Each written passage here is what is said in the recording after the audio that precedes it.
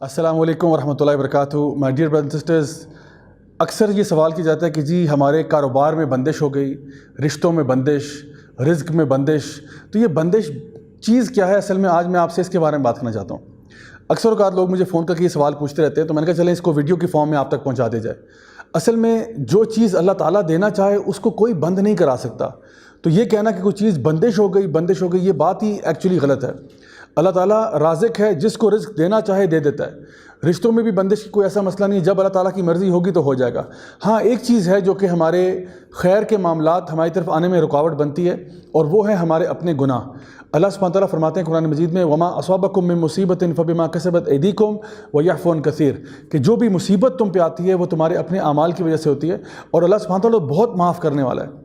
تو اکثر اوقات یہ ہوتا ہے کہ کوئی غلطیاں، کوئی کوتاہیاں، کوئی گناہ ایسے ہم کر رہے ہوتے ہیں، شاید غلطی سے، شاید جان بوجھ کے، شاید کچھ چھوٹے، شاید بڑے، جن کی وجہ سے ہماری لائف میں کچھ ڈیفیکلٹیز ہماری طرف آ رہی ہوتی ہیں. تو اس کا حل یہ ہے کہ انسان استغفار کرے اور کثرت سے استغفار کرے. اور استغفار کا مطلب صرف توبہ کرنا نہیں، بلکہ ایکچولی گناہوں کو چھوڑنا ہے. حسن البصری رحمہ اللہ کے پاس 4 مختلف لوگ آئے، 4 مختلف مسئلے لے کر. ایک نے کہا کہ جی ہمارے پاس بھوک اور افلاس بہت زیادہ ہے، لوگ بھوک سے مر رہے ہیں. ایک نے کہا کہ جی میرے پاس باغ ہے لیکن اس میں پھل نہیں آتے.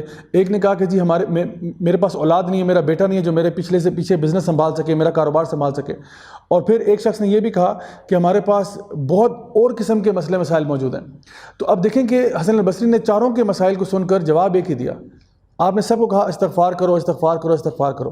اور پھر آپ نے اس کی دلیل یہ دی کہ میں اپنی طرف سے کچھ نہیں کہہ رہا، میں تو وہ کہہ رہا ہوں جو اللہ سبحانہ تعالیٰ نے اپنی کتاب میں ارشاد فرمایا فَقُلْتُ اسْتَغْفِرُوا رَبَّكُمْ إِنَّهُ كَانَ غَفَّارًا يُرْسِلِ السَّمَاءَ عَلَيْكُمْ مِدْرَارًا وَيُمْدِدْكُمْ بِأَمْوَالٍ وَبَنِينَ وَيَجْعَلْ لَكُمْ جَنَّاتٍ وَيَجْعَلْ لَكُمْ أَنْهَارًا.